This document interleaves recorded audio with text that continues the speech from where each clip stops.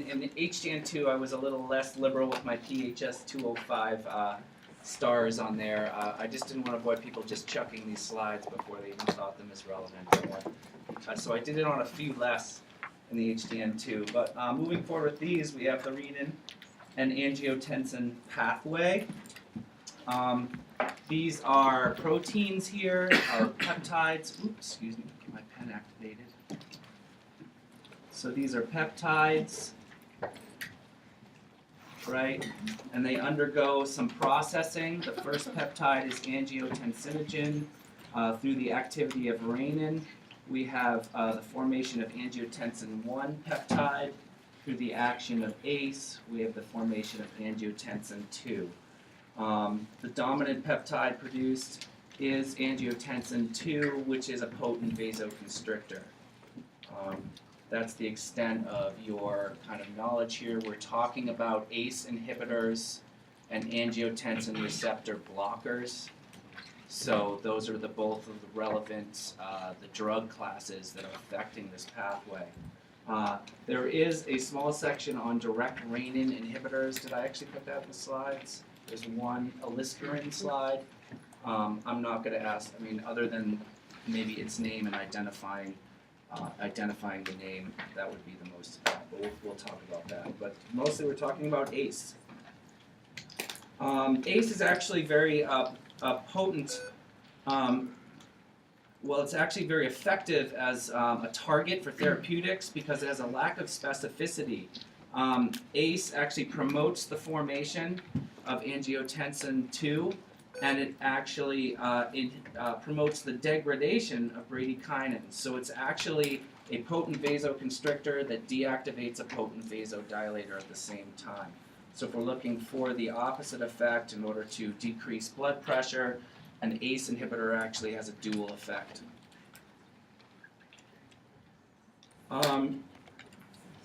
Our two drug classes that we are focusing on are the ACE inhibitors and the angiotensin 2 receptor blockers, or ARBs. The direct renin inhibitors are not covered. So we really, as you can see by the list here, I'm not actually really specifying or talking essentially at all about any of the top 200 ACE inhibitors. Those are the ones in green. I'm taking a little bit of a chunk out of the history of the development of angiotensin converting enzyme inhibitors. So that's where Captopril, enalapril, and Succinyl-L-proline come in. These are the three drugs that you should really focus on. I'm just going to walk you through how they were developed. The other drugs do have similar structures, but I won't be going through any of the top 200s or anything. We're really just talking about chemical principles here. We're talking about real binding to enzymes and functional groups involved, and that's really where MedChem principles come in. Is there any questions so far? While I take a drink of water. It's also not as humid here in Maine as it is in the Dominican Republic. There's not as much rum available for drinking to quench your thirst. So the development of Captopril came about from the study of pit viper venom. So this is obviously like, well, not obviously, but like a lot of MedChem stories starts with a natural product.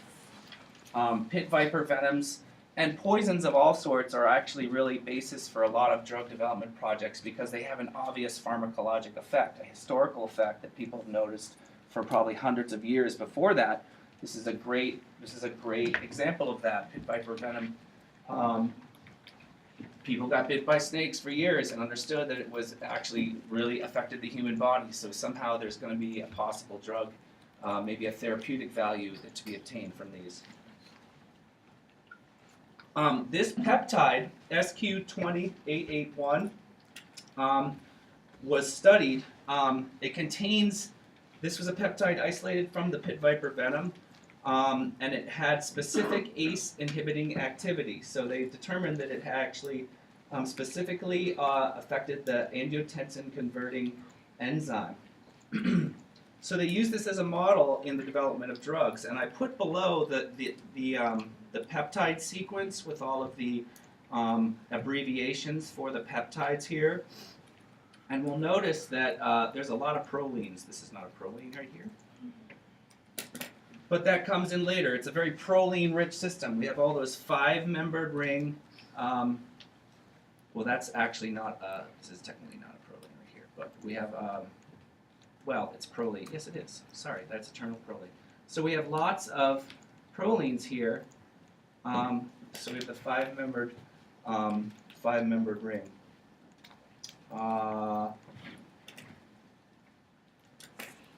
So when people studied, the next step from this was that scientists were looking to study the specificity of the ACE enzyme. They found early on in the study of ACE inhibitors that the specificity and the binding activity of angiotensin converting enzyme was very similar to another enzyme. Okay? Carboxypeptidase A. So just pointing out, this is another enzyme.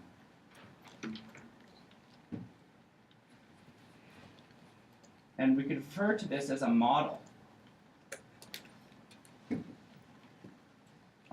Essentially why this happened is the ACE enzyme at the time was they were having difficult figuring out binding assays to that enzyme. If you have an enzyme, it has to be in a certain environment under certain conditions if you're going to use it for testing.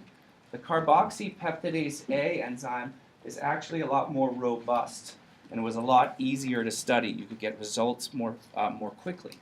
So they used this as a model, and when they actually looked at the models of substrates binding to each of them, they saw a lot of similarities. So the first similarity they saw here was the presence of a zinc atom. There's an ionic interaction there. Well, it's not. There isn't. Well, sorry. There's an essential interaction that occurs between an amide, which is the labile bond, and a zinc atom. All right. And so in carboxypeptidase A, if we took a protein that would ordinarily interact with angiotensin converting enzyme, it'll interact in the same way. We see a zinc bond there. We also see an essential arginine ionic interaction.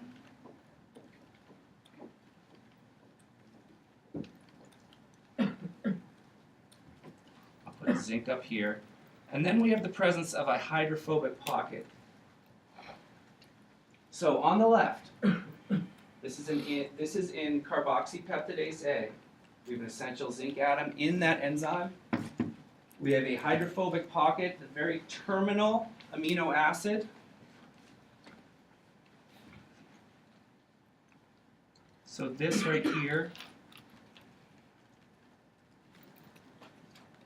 terminal amino acid.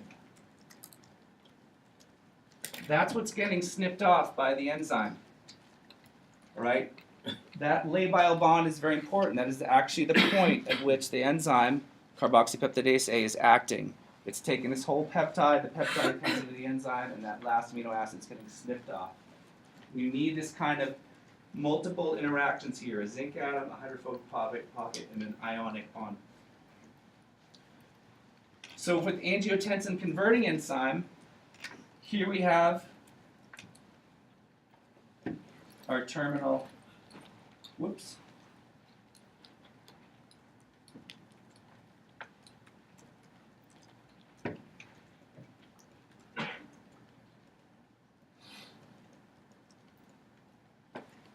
Sorry, there's two. The larger circle here is what I'm talking about. There are two amino acids, but if we were to line these up where the labile bond and the zinc interaction are, we're still seeing scission, or we're getting rid of the end amino acids there, and we're seeing similar interactions as before.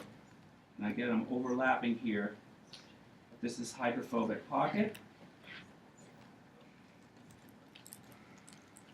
And this is an ionic interaction.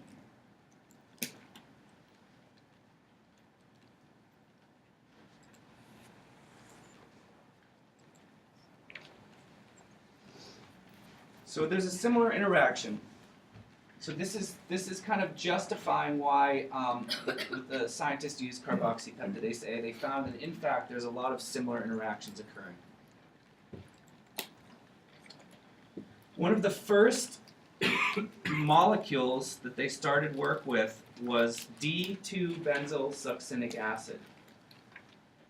If that's binding with carboxypeptidase A,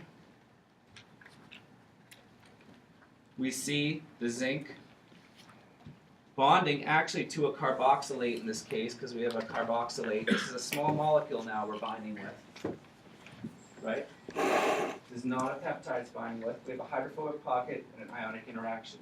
So it looks just like the right side, just looks like the bonding mode that we saw before. With angiotensin converting enzyme, it's the same kind of lining up of things. Whoa. Sorry. We have an additional amino acid here, but here is the hydrophobic pocket. And this is an ionic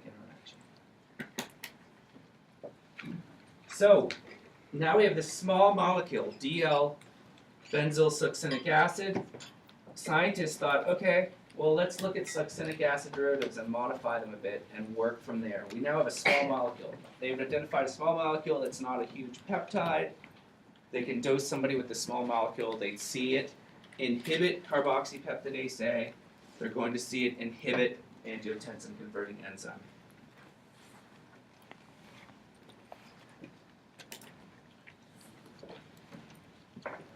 In the binding of DL-benzyl succinic acid here, there's a hydrophobic pocket.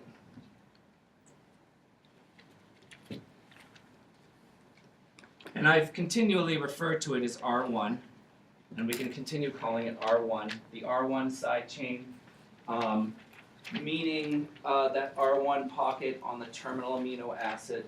It's designated 1 because it is on the end amino acids being affected.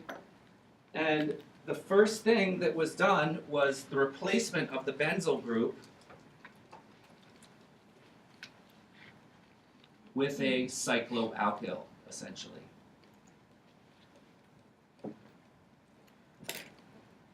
Both the benzyl group and the cycloalkyl group are hydrophobic. They're just, one is just an arrow ring and one is just an alkyl group. If there's a hydrophobic interaction to be had, that still would work in either case. And they found that it actually bound well. So Succinyl-L-proline, just a succinate derivative of a proline amino acid, actually showed some activity.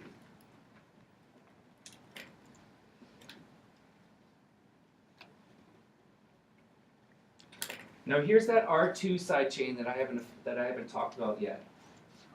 The proline ring is actually interacting with that hydrophobic pocket. We have a succinyl group. There's a zinc interaction over there. We have an ionic interaction with this carboxylate that exists. The binding was enhanced to carboxypeptidase A. And I'll call this CPA.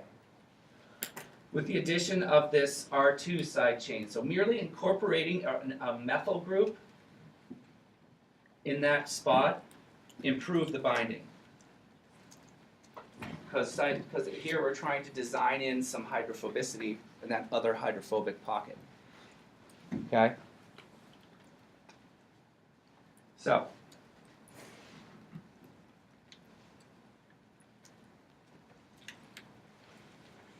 not a ton of improvement with that methyl group, but one of the key discoveries was the discovery of an enhanced binding to that zinc ion in the enzyme itself. So if you replace this interaction of a zinc and a carboxylate here, and you replace the carboxylate group with a thiol, you can get an ionic interaction that is much more enhanced. So that zinc-sulfur bond is 1,000-fold greater than that binding to the carboxylate. Okay? So they just took that carboxylate on the end of the Succinyl-L-proline, replaced it with a thiol, and we see, oh, a compound's actually getting more active against carboxypeptidase A. And then, using the same rationale as before, we have our R1 hydrophobic interaction. If we add a methyl group to interact with the R2 position, or that R2 hydrophobic site on the enzyme itself, we get Captopril. So the methyl group added to form Captopril actually enhanced binding also. So now we're at the first drug. This was historically the first that was developed and was really a promising therapeutic agent, Captopril. As I mentioned along the bottom, this drug has some issues, rashes and taste disturbances. It has a thiol in it, sulfur. If you have any kind of sulfur in a drug, sometimes it's likely that you'll have some kind of smell or taste associated with it. In this case, there's an actual physical side effect of rashes also. So any questions at this point? So we've followed through. We've gone from a peptide to a benzyl succinic acid to a proline derivative of a benzyl succinic acid, and then to a thiol derivative of that succinic acid. All of these were tracked using carboxypeptidase A as a model enzyme, and all of them have very similar mode of binding. Okay? Great. Please stop me if I'm going it all too fast. Okay, researchers at Merck, in fact the site that I used to work at, but it was well before I got there because this was in the 70s, they wanted to get rid of that thiol group. It was very quickly determined to be an issue with side effects. And essentially what they did is they just made tripeptide substrate analogs. So they actually incorporated a central amino acid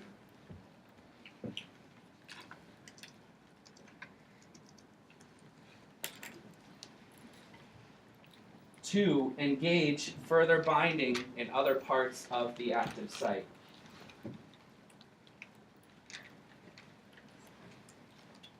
The R1 and the R2 designation in these cases, these are those R1 and R2 pockets that I was referring to before. So if we're trying to envision this as binding in the same fashion, they're saying, okay, we're gonna just make a whole bunch of peptide derivatives that have an R1 and an R2 similar to what we've seen as being effective. They terminate in a carboxyl group on the C side, on the left side. And then in the middle, in that central amino acid, we can engage more of the actual enzyme itself.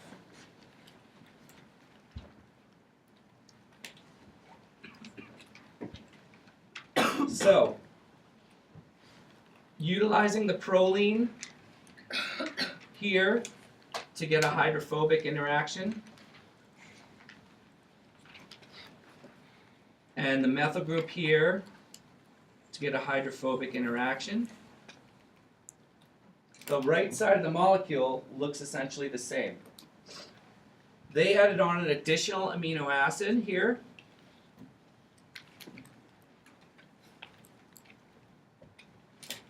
That's a hydrophobic, that has a hydrophobic side chain. It mimics a phenylalanine interaction that's actually occurring with the enzyme and its substrate. And additionally, it puts a center there, a carbon that's mimicking the actual transition state of our enzyme working.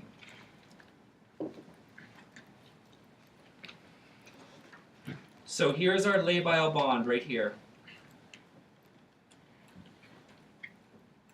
I'll just put cut right here. When the enzyme's actually working, that zinc anion is helping to stabilize the breaking of that bond. We get water coming in and the formation of an actual transition state. So this is a transition state. Right? Because we have a carbon here that's going to quickly, that's not going to retain four substituents on it very long because we have an anion above which is going to travel down. So these electrons here will travel down and we will be breaking this bond here.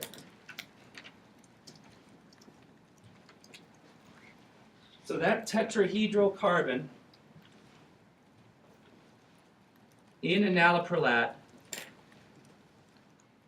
is essential for its activity.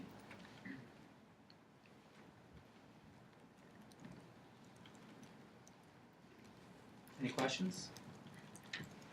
So scientists are, this is the rationale that's actually mimicking the transition state. Enalaprilat itself had very poor bioavailability. So essentially all I'm saying on this slide is enalapril is the ethyl ester of enalaprilat. I think we've dwelled on that a little bit. When you have a carboxylic acid and want to be absorbed more effectively with an oral dose, you make it into an ester. It's a little bit more lipophilic. It gets absorbed more before it actually turns into an active metabolite. So this is the prodrug. I think this was on the quiz I administered to you. Everybody pretty clear on that? So enalapril is ultimately the drug that came out of this. Enalaprilat itself is not effective as an oral medication.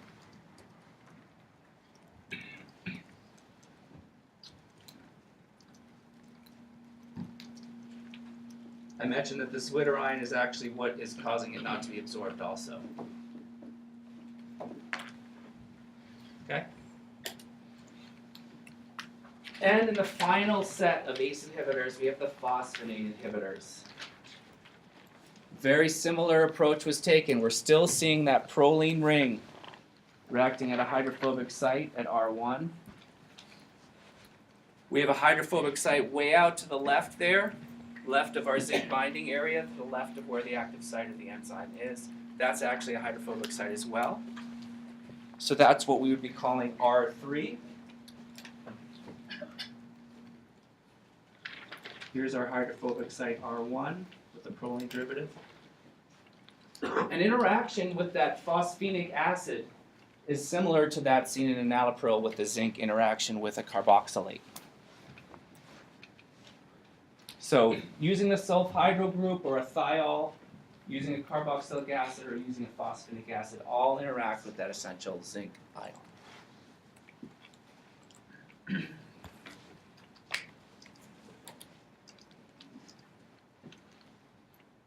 And after that, we had succinyl-L-proline, which actually was marginally active. They just made an elaborate prodrug, which is more than an ester. It's an acyl-oxy alkyl, which still decomposes and in fact hydrolyzes. Did I actually delineate that? Yes. So there's an aqueous degradation that occurs into the active component, but only after this more lipophilic compound has been absorbed. So it's another prodrug, it's just a more elaborate type of water-sensitive prodrug.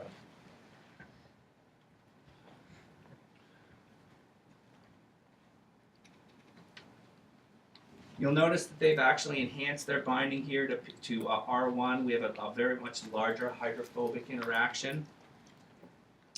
R3 is interacted with over here. So they haven't really done anything or designed anything into this drug to engage that other hydrophobic site, the R2 site. Okay. I suspect, so I'll just say no interaction here, just so we're clear. I suspect that more recent ACE inhibitors engage all of these hydrophobic interactions in their structure, and that can be justified somehow in their 3D structure, but I've chosen to kind of end our discussion along these lines.